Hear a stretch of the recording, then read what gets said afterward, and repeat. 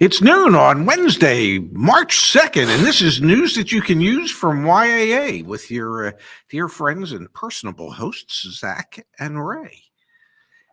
All right, Pops. Yeah. We got a good show today. We have a good show every day. Here's the deal. We're going to do Yeah. the used car market update that we wanted to do yesterday. We got the data today, so we're going to run through that quickly. We have the Ford dealership behind us because truly, like, probably some of the most, I think, important news that we're going to share this year just came out from Ford this morning, or was it yesterday, last night? Anyway, we're going to talk about that in a second here. But let's start where we said we were going to start. Let's start with the used car price trends and what's happening on that front. Sound good? Yes. Well, I'll just have to remember the good line I had for your Ford thing. Correct. All right. So we update this page back on the YAA website every single week. We have the latest numbers right here. Now we're in March, so we know exactly what happened in February. Week over week, again, we had significant declines on the wholesale market for used car prices. Significant and more than double what the average was in the years 2017 to 2019, which were much more realistic in concerns. I can't say it. No, come on. Yeah, you're killing it right now. No, I'm not. Much more realistic in regards to what typical depreciation would have been amongst used vehicles. I mean, because the last 2 years, because of COVID, it's just really been unusual. So by looking back at 2017 to 2019, we have a more historical perspective of what should be happening. So let me show you. So I'm going to zoom right in. So that gray line, each dot represents week over week changes in used car values. The red line is 0. So that would mean week over week wholesale used car prices did not change at all. Numbers or plots above it mean that used car prices increase. So for example here. And when we say used car prices, if I may, what we're talking about is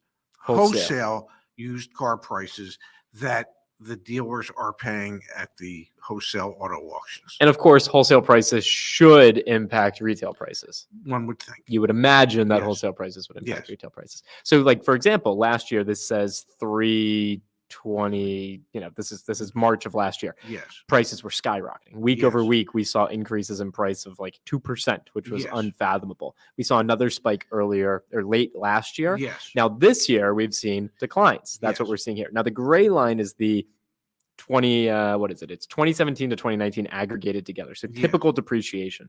This time of year, we would see depreciation is what this chart is depicting to us.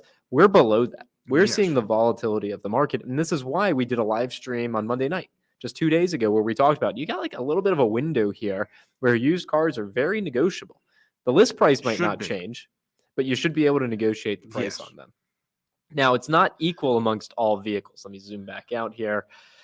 Let's go down to the segmentation here. Subcompact cars, not depreciating as much as midsize cars. Exactly. That's been something that we've seen week over week here. And of course, Dad, it wouldn't be a used car market update if we didn't talk about the fact that full-size vans are actually continuing to appreciate in the market. They cannot depreciate. They are the only segment, both in cars and trucks, that continue to appreciate, that have not had a week yet where they depreciated. Exactly. Yes. So in the used car market, there's your update. It's still a time where you can go out and you can negotiate. We had the video that dropped on the YAA channel just this morning talking about the Ukraine crisis and the conflict that's happening there.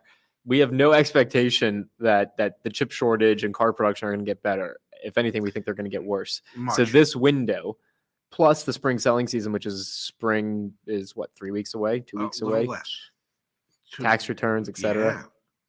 Our estimation here is that now's the time. If you need to buy a car, prices are continuing to fall. If you want to buy a car, we would still suggest that you hold off. Exactly. All right, do a quick roll call, and then let's jump into the story that I think is truly like the breaking news and worthy of most of our time. Jimmy's here with us. Space here with us. Justice, good to see you as well.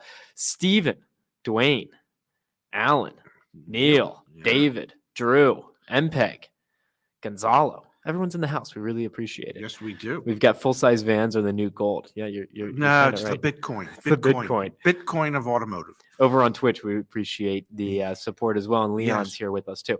Dad, the story of the day. Yes. And I think it's going to be the story of 2022. Yes. And honestly, the story of this decade is what Ford announced earlier today. I'm going to bring it up on the YAA website. I clicked on the wrong button, so bear with me. Got to hit the quit button. All right, I hit the quit button. Here we go. We just published an article on this. Justin did it this morning. Thank you, Justin. Ford Model E. Ford is going to run their EV business separately. Yes. Ford announced in a press release that they've developed the Ford Model E. Now, Dad, correct me if I'm wrong here. The Ford Model is not this truck that we're looking at here. It's not even a vehicle, correct? No, it's just an entire business model. All right. So can I take, I'm asking the chat and I'm asking you, can I take 3 minutes, 180 seconds, math? Can I pitch you on what I think this means and what's happening here in the Yes. in the industry? Yes. All right, timer Yeah. starts now. Ford Model E. Yeah. This is their new business unit. Mm-hmm. Jim Farley, the CEO of Ford, is the president of Ford Model E. This is their new business unit that's going to be dedicated to producing and selling electric vehicles. Is this separate from? It's a separate business entity, but it's under the Altogether. Ford umbrella. Like, Okay. Ford still owns it, but it's a separate entity. Now, one of the things that was said Yes. in the press release is this, quote, Ford Model E also will lead on creating an exciting new shopping, buying, and ownership experience for its future electric vehicle customers that includes simple, intuitive e-commerce platforms, transparent pricing, and personalized customer support from Ford ambassadors. You read that, you think, okay, that sounds pretty good. Probably still going to buy it through the dealership. Sounds a little weird. If you actually read between the lines here and do what we've been doing for months, which is, there's an article from Automotive News. This dates back to April of last year. Direct sales effort heat up in states. There are a dozen plus states that have bills that have been passed or proposed laws that have carve-out language that allow electric vehicle companies to sell direct to consumer. So let me read you a few just for, as an example. Massachusetts would allow an auto manufacturer to own or operate a dealership if it previously had no franchise agreement with the dealer in the state with no requirement that the dealer sell only electric vehicles. Nebraska would allow manufacturers to own or operate dealerships if they do not or have not had any, quote, franchises representing such manufacturers' line make of motor vehicles and only sell that line make of motor vehicles that they build. You start to read some of these bills and you very quickly realize the reason Ford set up Model E Yes. is so that they can say, hey, we're going to hire all these software engineers and we're going to dedicate. They're doing it because Ford Model E has no franchise agreements with any dealership in any state. And so all these carve-out laws that Tesla has pioneered, that Lucid has pioneered, that all the EV Rivian, Lordstown, those laws that they've already put the groundwork in to lobby for, Ford Model E is going to fit right into that. They're going to be selling direct to consumer. Especially in the midst of, I've got I think 23 more seconds before the buzzer goes off. Especially in the midst of what we're hearing about with the memos that they've sent out about the price gouging, the issues that they're having trying to sell and fulfill all the reservations through their dealer systems. You see Kia struggling, Hyundai, everyone is struggling to sell EVs through their dealers because A, the dealers don't really know how to sell them quite yet, and B, because they're getting ridiculous markups. Ford's going to take control. And I think this is a huge story, one that'll likely be underreported because people just, they're doing the EV thing. No, you read between the lines. They're setting up a direct-to-consumer sales pipeline for the next couple decades is how I read this. You could be right. And I think the only thing missing on that picture is Dwayne Johnson. And who's the little comedian? Hart? Kevin Hart? Yeah. Aren't they in the Jurassic Park movies? I think so. Okay, because I think that building behind us will become extinct. Okay, if what Ford is attempting to do, dealerships as we know them, and this will cause a lot of people to applaud wildly, but dealerships as we know them through this type of plan that Ford's coming up with will become, you ready for this, ladies and gentlemen, extinct. Okay, you'll be able to take your kids one day, 20 years from now. You'll say, "Come on, kids, let's go to the Jurassic Park of automobiles and show you how cars used to be sold." Okay, and you'll have seedy looking salesmen and bad looking used cars, and you can make an amusement park out of it. But that's this is a huge story. And again, I do not think it'll get reported in the same way that we're interpreting it. Like, here's the actual press release from Ford accelerating transformation, forming distinct auto unit to scale EVs, strengthen operations, unlock value. Guys, you don't even have to look that far. Where was it? Yeah, this was the article from Automotive News, December of last year. This was a KPMG survey that went out. Global executives offer their outlook. KPMG International pulled 1,118 auto executives around the world in August of last year to gauge their expectations for profitability, EV adoption, labor shortages, and retail business models. Let me jump down here. Right here. By 2030, do you believe the majority of new vehicle purchases will be completed online, excluding test drives? 78% said yes. By 2030, what proportion of new cars will be sold directly to consumers by automakers in your home market? 40 to 100%. Do the math with me here, Dad. That's 64%. 74. 74%. Yeah, That's well, why we're a trying to team. help you do the math there. That's why we're a Yeah. team. Yeah, 12 and 28 is And- 40, and 34 is 74. And to be clear, Ford's not giving up on their ICE vehicles. Why would they? That's what puts the food on their table right now. Yeah, for the But- time being. For the time being. But Yeah. you look at this, they think, okay, how likely are you to divest non-strategic parts of your businesses in the next several years? Add up slightly likely, moderately likely, very likely, and extremely likely. You got 96% of the responses are saying some form of likely. I interpret this as there's going to be a time in the future. I'm not saying Yes. it's today. I'm not saying it's tomorrow. I'm not saying it's even Well, 2025. the future's the future, yeah. But somewhere at the end of this decade, Yeah. I would not be surprised. Similarly to how we see like Volkswagen Group, they're doing an IPO, an initial public offering for Porsche. Yes. Don't be They're surprised. talking about They're talking about. Yeah. Don't be Which means they're surprised. going to do it. Yeah. Don't be surprised if we see a spin-off of Ford Model E. Okay, it was part of Ford. Now we're just going to spin it off because it's a more valuable business when we can say, actually, it is the Tesla competitor. Mary Barra at GM constantly says, value us like Tesla, value us like Tesla, value us like Tesla. Well, when GM does their press release a month from now, 2 months from now, 3 months from now, Saying they're going to do something saying they're going to similar. do something very similar to Ford Model E, you know what I'm thinking? I'm thinking, okay, in 6 years, when that gets spun off as its own publicly traded company, you know what? It will be valued like Tesla. Yes. It literally says right here, unlock value. These people, like we've talked about it, these corporate executives at this stage in their career running these massive companies, I'm sure they love their families. I'm sure they have hobbies. Their life is serving stockholders. It's unlocking value. Like that's what they do. And this is their life is enabling greater compensation for themselves. well, It is. but you get that by fulfilling stockholders. Yes. But the point is that if suddenly you're going to have a business that's valued at $1 trillion as opposed to 70 billion, Yeah. well, I'm sure Mr. Farley's compensation will go up commensurately. We got here from Catboy. So you won't be able to service your E-Ford at a Ford dealership. Seems like kneecapping their dealerships from traditional model sales. This is where I think things get interesting. You still need service. Sure. Service is a huge, we talk about that on this show frequently. Service absorption is this idea that a service department can cover the cost of the entire dealership. Yes. And the gravy on top is the fact that you sell parts and you sell cars. Yes. I think there's a future model here where sales is handled by the OEM, service is handled by the dealership model.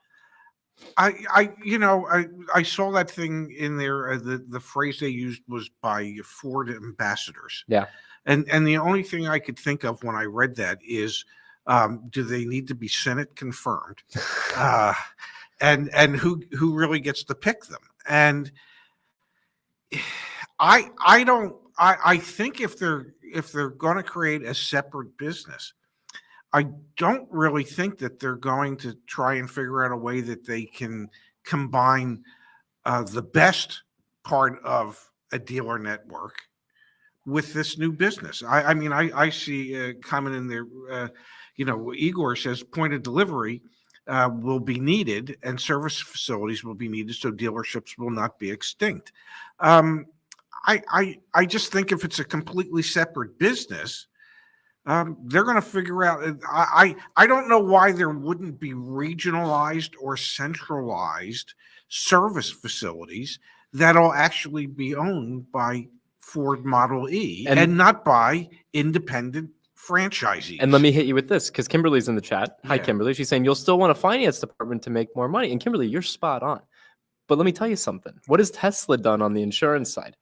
You can actually buy your property and casualty insurance, your casualty with just your car. You can buy your casualty insurance, your auto insurance through Tesla. You can buy your vehicle service contract through Tesla. You're going to be able to buy those things through Model E. Yeah, will they be able to help you facilitate getting a car loan through Model E? I bet you they I bet you they will, yeah. Yeah, Because it's going to be for their captive lender. They do own Ford Motor Credit. So I think we're seeing this I'm going to call it a power grab, where essentially 100 years, one business model has worked and it's worked really well. And now we're going to see the OEM say, okay, we want to unlock that value that the traditional dealership model has done. We're going to unlock that value. Yeah. Now, to be clear, there's going to be a fight. There's going to be a fight tooth and nail. Oh, you think? The carve-out laws, again, just to make it clear, the carve-out laws are explicitly for EVs. Like, I could pull up this automotive news article again that runs you through all of the different existing laws and proposed laws. For the most part, none of these have anything that says, like, hey, you already sell ICE cars through a dealership? Nah, yeah, go ahead, just start. No, like, getting those types of laws passed will be a monumental task. Mm-hmm. But one of the things that the OEMs have in their advantage that the dealerships do not is the changing consumer sentiment. There's more and more interest in EVs every single day.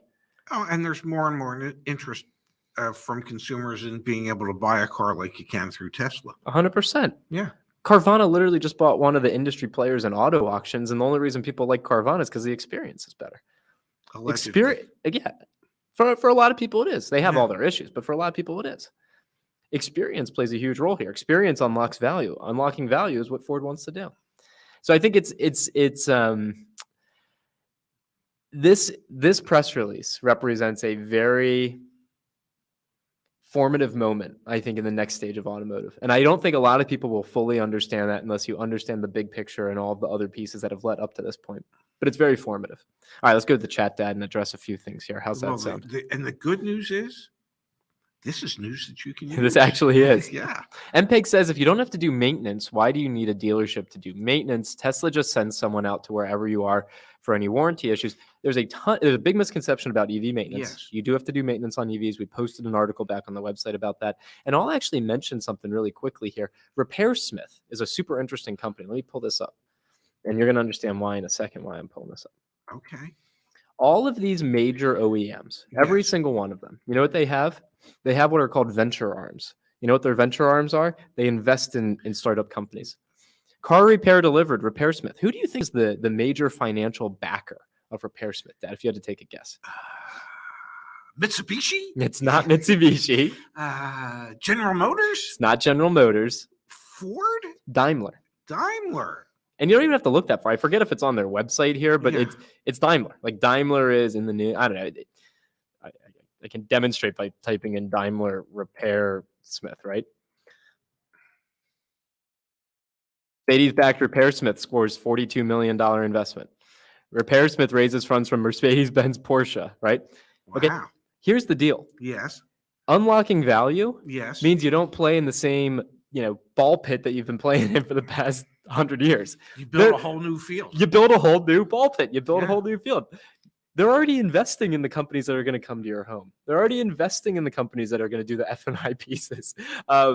They have the control because they have the relationship with the customer. And I think that's what's super fascinating about this. But it's a good comment from MPEG. We've got Catboy Zach, but that service model would require a traditional franchise agreement, right? So that's if the dealerships stick around and they're franchised. I guess in theory it could potentially.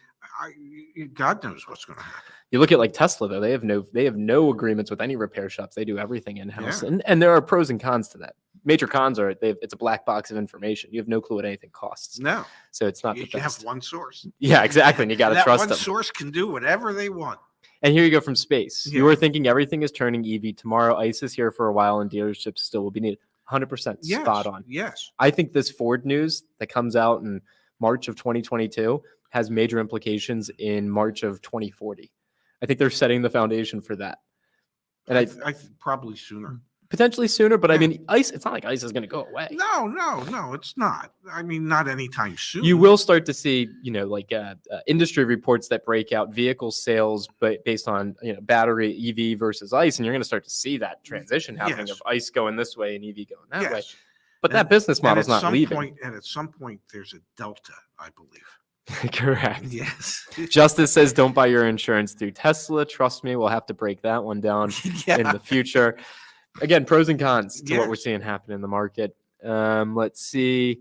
Yes, I don't want my insurance to be based on how I drive every second. I bought a Tesla with a 3.0 to 60 mile per hour use it. Yeah, no, it's definitely scary. It's definitely scary, the idea of everyone having your information. Yes. Igor says, no matter what happens to new cars, Ford is not in the business to sell used cars. You're going to need dealerships to help OEMs sell cars. Like, absolutely. The used car market, I think, is going to be 40 million transactions this year. The new car market is going to be 14 million, Yeah. 15 million. So definitely used cars. Without the dealers, how do you make extra profit with add-ons? How do they make extra profit with add-ons? I think the OEMs will start making the profit that the dealerships used to capture. One of the reasons that Ford announced that they're doing this is they want to increase their margins, their profit margins. They want to have a 10% profit margin. Well, what we have seen over the last 18 months is that Ford knows that it costs X to build a car, and they sell it to the dealership for Y, and there's a certain profit built into that from X to Y, and then the dealer has a profit built into it, and many dealers are asking, as we know, above that for additional market values, market adjustments. Well, if Ford wants to reach a 10% profit margin, cut out the middleman. If they know that they can build it for X, and they know that when they sell it to the dealer, that the dealer's selling it for Z, and Z is so much above X, well, why shouldn't all that profit just go directly to the manufacturer? So if you want to get to a 10% profit margin, that's the way to do it, because you cut out the dealer, where you don't have to worry about the dealer making that money. You're making that money now. You're making your normal margin plus the margin you would make when you go and sell the car as the ultimate seller. And to your point, Dad, and we've heard this from people in our community who are connected in the business and people that we were talking to, the manufacturers are starting to realize they have more pricing power than they ever thought they had before. Yeah. And actually, you're seeing it happen with like Stellantis flexing their muscles with their suppliers, saying you eat the cost of this stuff. Like they're getting a little. What's the saying? Hogs get fat, pigs get slaughtered, and hogs get fatter. And I don't know. Something's going to end up on the plate with my eggs. But it'll be the bacon. Steve Greenfield, who's a great leader in the kind of like the startup automotive space, he posted this on his LinkedIn just today. Yeah. Average dealer profit from new vehicle sales. This comes from JD Power. Look at last year. Yeah. You think that the OEM wants to leave $3,600, $3,700 on the table every time they're transacting their product? Yeah. Well, the vehicle gross is $2,600, $2,500, $2,400. And there's another $1,100 or so in finance and insurance profit. And when you look at some of the large dealer groups, those numbers are well below what's going on at some of your major players in America, because some of the groups are averaging in excess of $5,500 between the front end gross profit and their finance profit. It's around. At some of these dealers, they're making upwards of $2,500 per vehicle in F&I profit. Friendly reminder, get a quote for your extended warranty from YAA. We actually have something cool that I'll share towards the end of the stream. ES says, so with the downturn sales, would that help get a better price on a new car you are ordering? Yep. Now's a good time to be ordering a car. We're hearing about people getting under MSRP. Alan says, how would RepairSmith change my EV electric motor on my in my driveway? They need a workshop. 100% agree, Alan. There's even actually a startup company in the Bethesda area, Car Care to Go. They like do a valet service. They pick you up. They take you to the service center, take you to the dealership. So all I'm trying to say by showing the RepairSmith example is those companies don't look like on the outside what you think they are. They're Daimler. They're Porsche. Mercedes-Benz, or they're going Honda. to invest millions upon millions of dollars to build that infrastructure. Yeah, to figure out a way to change the business model completely. Scott says, yes, Ford wants all the profit from parts to all the accessories. 100%. Completely agree. MPIG says, Kia markups are just crazy now. 10K on most of their vehicles, 20K on the new EV6. Jalopnik did a great article last week about how it's impossible to buy an EV6 and dealers don't really seem to care. Kia cares. Yeah. Ford cares. All these other manufacturers care. The dealers don't really care. Space says Polestar needs to repair my rear strut. It's going to a Volvo facility. Makes sense. There's a lot of existing infrastructure. It's not like that's going to get demolished overnight. No. But how you interact with it, I think, is going to change a bit more rapidly than we had anticipated. Will Ford be able to fix the discrepancies in the F-150 Lightning reservations versus order and dealer markups anytime soon? I'm going to say no. Yeah, They've said they can send memos. Yeah. And if you send them electronically, you're not even wasting a lot of paper. And Ford knows that if they try and do anything with their dealers right now, they're going to get sued. They're going to go to court. It's not going to be a good look. That's why they set up Model E. Yes. Let's start operating out of this other business unit. Totally separate company. Let's operate out of that. All right, let's see. Civics are bringing $4,500 to $5,500 in profit per car. That's crazy. That's just, I mean, that's just, it's not what it's, I don't know, maybe it is what it's supposed to be, but it's not what it's ever been. No, that's absolutely craziness. Yeah. Christopher, I was able to get an EV6 without markup. Well, my God, you deserve a Ray Shefsky stamp of approval for that. And we need to know what dealer you bought it from, so that we can Look give at them. MPEG. You could sell it for massive profit. No, enjoy it. Yeah. You got a deal. Enjoy Yeah, you it. got a deal, but it would be nice to know which dealership that was, and we could share that with the community. Absolutely, 100%. All right, I want to take a second here. I just want to do a quick promotion for what we've got back on the YA website that's brand new. We launched the new extended warranty quote widget. You no longer have to give us your contact information to get an extended warranty quote. Come here, put 2019. What do you want, Dad? Do you want to do a Ford? We're talking about Ford. Let's do Ford. And let's say we're doing, oh, that doesn't look right. No, that looks Team. like GM. Yeah, Team. Come on. Let's just 1 second here. Yeah. We got 238 people here. Yeah. 238 people. And this stuff, okay, let me choose GMC. It's just that you don't make me look good. Well, now it'll probably pull up Ford. It's close. They're working on it, ladies. Let me do a VIN one. Let me do a VIN one. I'll show you how it works with the VIN. Yeah, because obviously it doesn't work if you pick up. I don't like the way that makes me feel. Just Yeah. being honest here. Yeah. Just being honest. All right, let me copy this VIN. What I want to show you is that we don't need you to give us your contact info anymore. We used to require that. Get a quote. Let's see. For Arkansas? For Arkansas. There you go. Yeah. So you can see what the quote is monthly. You can see what it's paid in full. You can change the terms. You can have a whole field day in here. And you don't have to give us any of your information. I'm very proud of what we've done here in the sense that you go anywhere else. Like, let's do a quick. Although CarCheck's probably has the right, you choose the model, but we'll see. Yeah, well, that part might be right. Yeah. But see, no, they don't. You have to give them your personal details. Yes. Okay. I am proud of us. You don't even have to give us your damn email address. Okay. So if you're shopping for one, you got a question about one, use this, please. And you can schedule a call with Miss Kimberly Klein or Candace on our team to get help as well. Now, the other thing that I wanted to bring up, what was the other thing? Oh, yeah. I saw someone mention about maintenance, EV maintenance. Right here, Justin wrote an awesome article about what you need to know about EV maintenance. So I'm going to drop that in the chat. But just because you're getting an EV that has like 20 mechanical parts instead of 2,000 doesn't mean you don't need to do maintenance. He's got everything listed out here. So I'm going to toss that in the chat. It's a great resource. Yes, it is. All right. So let's summarize today's daily news you can use, Pops.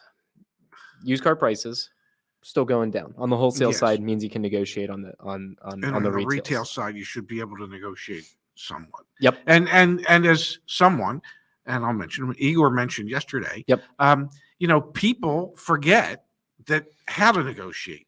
Just because you say to the dealer, well, could you knock $1,000 off, and the dealer says no, that doesn't mean you stop trying.